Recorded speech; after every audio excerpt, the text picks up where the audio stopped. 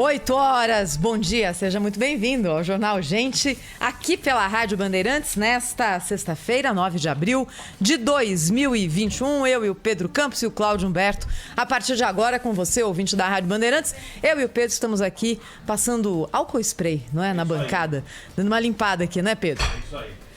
Isso aí, Thaís, estamos Opa! Será que eu tava aberto? Fechado? Tava. Eu tava que não aberto? tava. Ah, então tá bom. Vamos lá, é o seguinte. Na abertura hoje do Jornal Gente, eu queria chamar a atenção para mais uma das decisões do Centro de Contingência do Estado de São Paulo. Decisão que será anunciada hoje na hora do almoço, como sempre acontece. O Estado de São Paulo está na chamada fase emergencial já há 3 semanas e antes vinha na fase vermelha. Ou seja, passa por um momento com regras mais restritivas à circulação de pessoas e especialmente ao funcionamento do comércio desde o começo do mês de março. E a gente já está aqui caminhando para o mês de abril. A gente tem que ficar atento ao que será anunciado hoje pelo Centro de Contingência. A história se repete em relação às outras vezes. Os epidemiologistas do Centro de Contingência indicam, é claro, que, na opinião deles, a manutenção de medidas mais restritivas é necessária por mais algum tempo. E a decisão final cabe ao governador do estado de São Paulo, ouvindo também setores produtivos, ouvindo outras áreas que não apenas a área médica, mas dando um peso maior à área médica. Quando a gente olha para o que ocorre hoje em São Paulo, existem dados mais alentadores e outros ainda muito preocupantes. E às vezes é o mesmo dado nos dois sentidos. Por exemplo, ocupação de UTIs no estado. Hoje, 88,3% foi o dado que o Lucas Josino trouxe aqui no Primeira Hora, agora há pouquinho. Na região metropolitana, ocupação das UTIs, 87,2%. Na semana passada, esse número era maior, 93% na média de ocupação de UTIs no estado de São Paulo. Ontem também nós ouvimos aqui na Rádio Bandeirantes o representante da Redditor, que congrega vários hospitais privados importantes no estado de São Paulo, indicando que a ocupação de leitos de UTI Covid está em queda no estado de São Paulo. Uma queda hoje de 30% em relação ao pico que aconteceu há 2 ou 3 semanas. Então são números que indicam que a ocupação de leitos hospitalares arrefece bem devagarzinho, mas isso é uma realidade. Parou de subir e começou a cair devagar. Números de casos continuam altos, mas a ocupação dos hospitais dando um pequeno respiro. Esse pequeno respiro vai ser suficiente para que o Centro de Contingência e o governador João Dória hoje decretem que a fase emergencial termina domingo e na segunda a gente entra na fase vermelha. A diferença concreta entre essas duas fases é pequena. É pequena. Aliás, por falar em diferença pequena, se o nosso ouvinte hoje está fazendo home office, está circulando pouco por São Paulo e não tem visto com os próprios olhos o que acontece hoje na cidade, eu vou contar. Porque nós aqui, jornalistas, serviço essencial, continuamos, no mínimo, nos deslocando para ir e vir. No mínimo. A cidade está cheia. O trânsito voltou a ter ali picos. As pessoas estão andando nas ruas. Mais do que isso, no comércio popular, bairro do Brás, 25 de março, lojas fechadas, sim, mas ruas tomadas pelo comércio ambulante. Tem multidões ainda andando no comércio popular de São Paulo. Fora aquilo que a gente sabe que acontece, que muitos ouvintes aqui denunciam também na Rádio Bandeirantes. Tem comércio funcionando com a porta ali semi-fechada, digamos, na maciota. Chega o fiscal, você baixa. Vai o fiscal embora, você levanta. Isso está acontecendo. E eu duvido que não seja de conhecimento, pelo menos ali, de parte da administração pública, daquela pessoa que está na ponta, circulando pela cidade.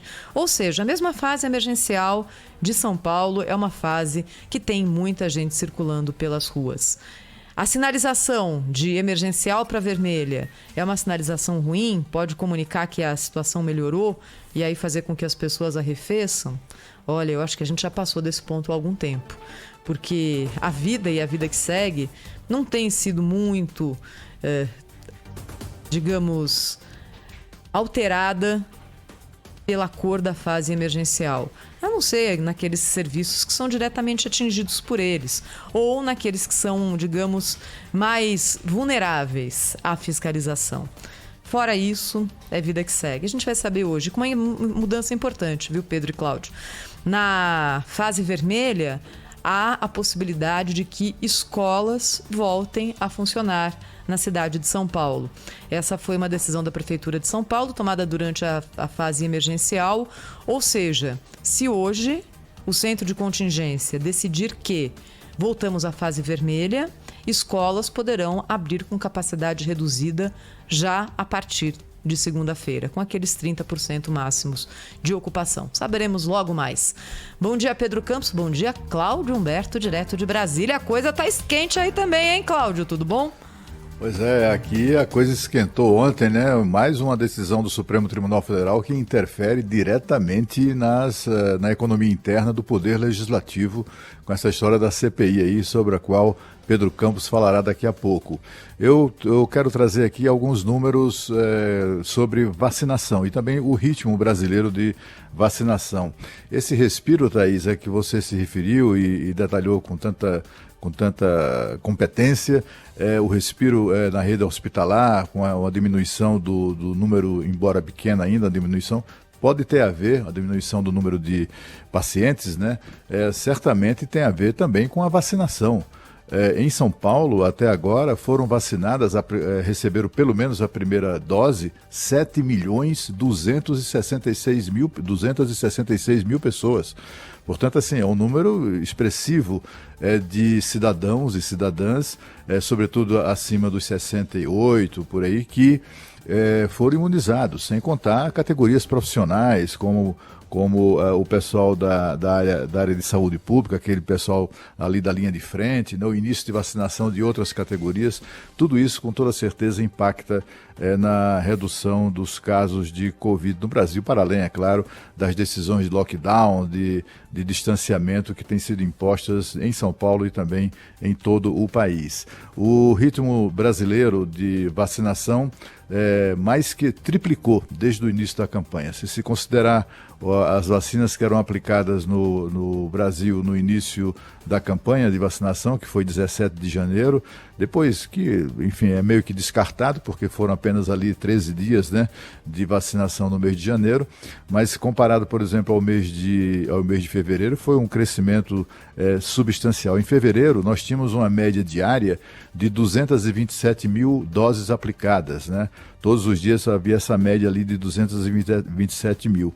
Esse número, essa média de aplicação diária de doses de vacina, passou de 227 mil diárias para 724 mil diárias, ainda não sem alcançar aquela média diária de 1 milhão de doses pretendida ou anunciada ou estabelecida ali pelo o novo ministro da Saúde, né?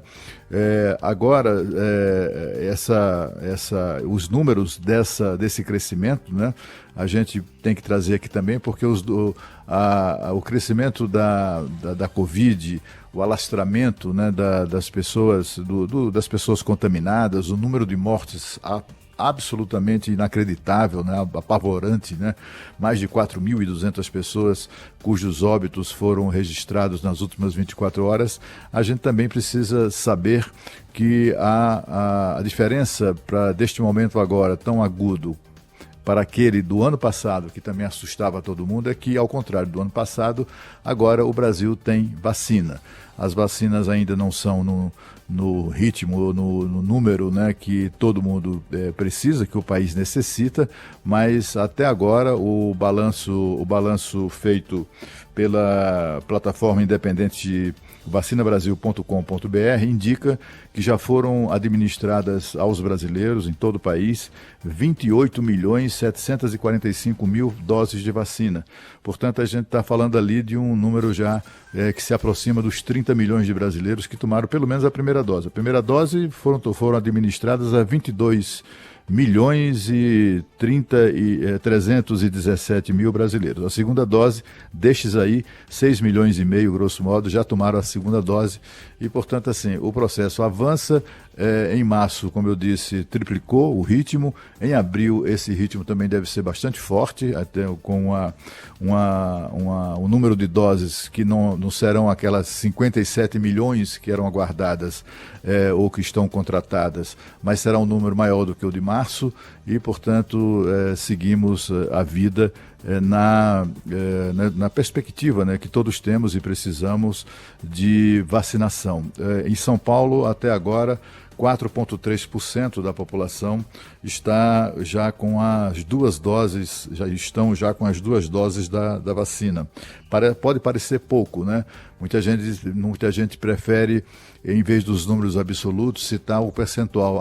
Mas olhe, no Brasil todo esse percentual de vacinados é um percentual que é baixo, etc. Olha, se for olhar por esse lado, também é baixo em relação ao total de brasileiros o número de infectados, por exemplo. E, se bem que de todos os infectados, 13 milhões e tantos de infectados que temos no Brasil, isso representa pouco mais de 5% da população. E destes, 90% praticamente foram curados. Então, assim, os números são tristes, sobretudo os de óbitos. Esses números de óbitos é que a gente precisa dar atenção e se preocupar com isso, porque é o que interessa, né?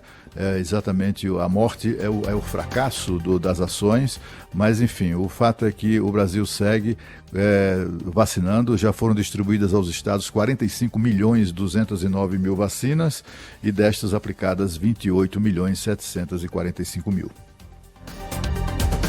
Cláudio, Thaís, ouvintes, 8 horas e 11 minutos, sexta-feira, 9 de abril, e a rainha da Inglaterra está noticiando agora pelo Twitter o falecimento do seu marido, o príncipe Philip. Faleceu hoje na Inglaterra. Daqui a pouquinho o Felipe Killing vai trazer informações para nós ao vivo aqui. Para quem está assistindo aquela série famosa The Crown, né, Thaís? Ele tem, claro, uma participação ali de protagonismo, afinal de contas é o marido da rainha. Não é rei, mas é o marido da rainha, né? E ganhou, claro, uma popularidade maior, né, principalmente em relação aos mais jovens, com essa série, né, que está fazendo um grande sucesso e conta ali alguns episódios interessantes da trajetória da Rainha Elizabeth, do seu reinado, né?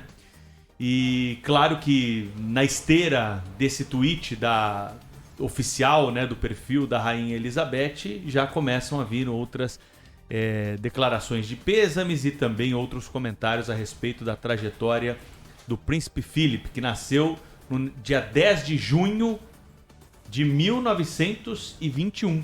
Uau! Estava prestes Morreu aos a 99 completar anos. 100 anos, né? Nós estamos em 2021. Tinha 99 anos de vida e ele recebeu sempre foi tratado, né, pelo título que recebeu depois do matrimônio com a Rainha Elizabeth. Ele que já nasceu príncipe, né? Mas teve que trocar o título aí por conta desse acontecimento em 1952, no dia 6 de fevereiro de 1952, quando então ele, ao se casar com a Rainha Elizabeth, passou a fazer parte do reinado lá na Inglaterra, Thaís. No Twitter, a família real diz o seguinte: é com muita tristeza que a Rainha da Inglaterra, Her Majesty the Queen, anunciou a morte do seu amado marido, Príncipe Philip, Duque de Edimburgo. Ele morreu de forma pacífica essa manhã no castelo de Windsor. Não dá detalhes aqui a respeito do que levou à morte do príncipe Philip, que faleceu nessa manhã no castelo de Windsor. Pedro, 99 anos. A rainha Elizabeth está com 94. Ô Cláudio, tem uma passagem rápida, eu sei que você vai, claro, comentar também aqui, mas só para trazer para os nossos ouvintes, né? Para quem não assistiu a série aí e tiver interesse, é muito interessante mesmo. Mas tem uma passagem ali de um dos capítulos que diz muito a respeito da comunicação, né? Que é a nossa área aqui, isso me chamou e me marcou. Que foi um episódio em que o príncipe Philip resolveu popularizar a monarquia, né, Thaís? Então ele resolve convidar ali alguns jornalistas, né, uma equipe de televisão para fazer um reality show, um Big Brother ali da família real.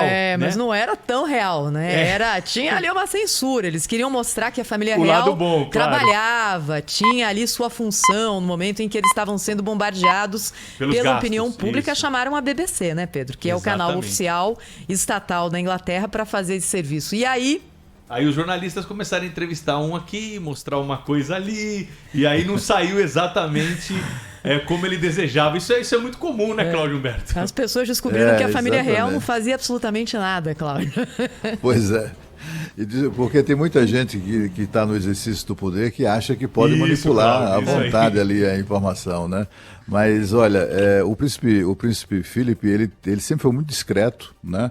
A rainha, quem mandava, né, a chefe do trono, né, quem ocupava o trono era a rainha, isso sempre ela deixou claro, e ele também.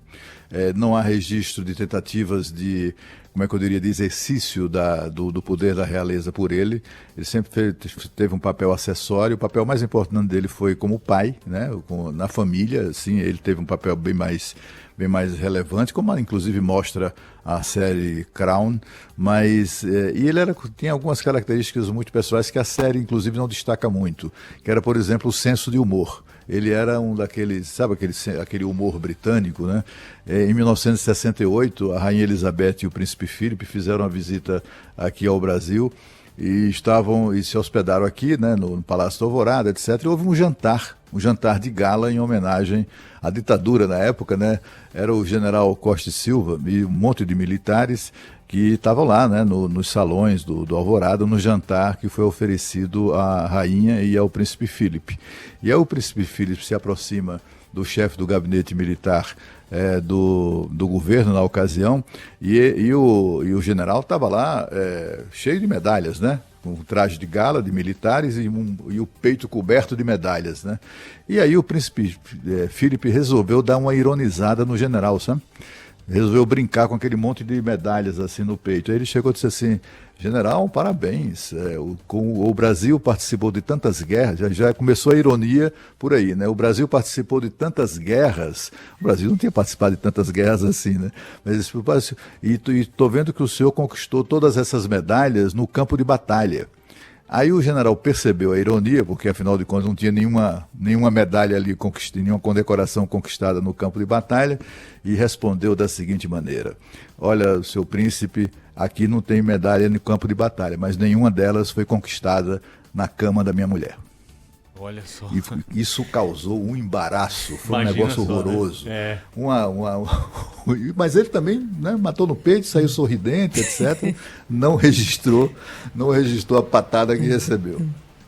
É isso aí. Tem gente que deve estar se perguntando por que ele não é chamado de rei, né, Thaís? E é uma determinação, então, da tradição da monarquia.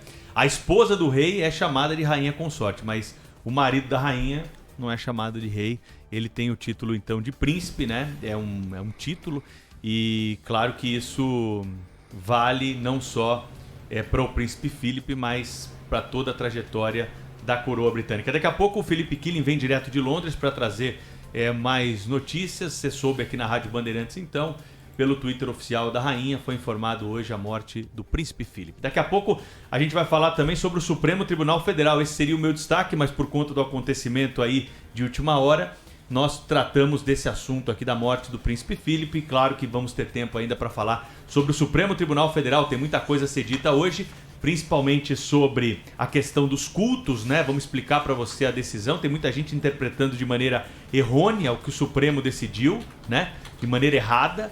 Não é uma proibição de culto. O Supremo está dando autonomia para governadores e prefeitos decidirem se os cultos e as missas podem acontecer de maneira presencial dentro de igrejas e templos ou não durante a pandemia.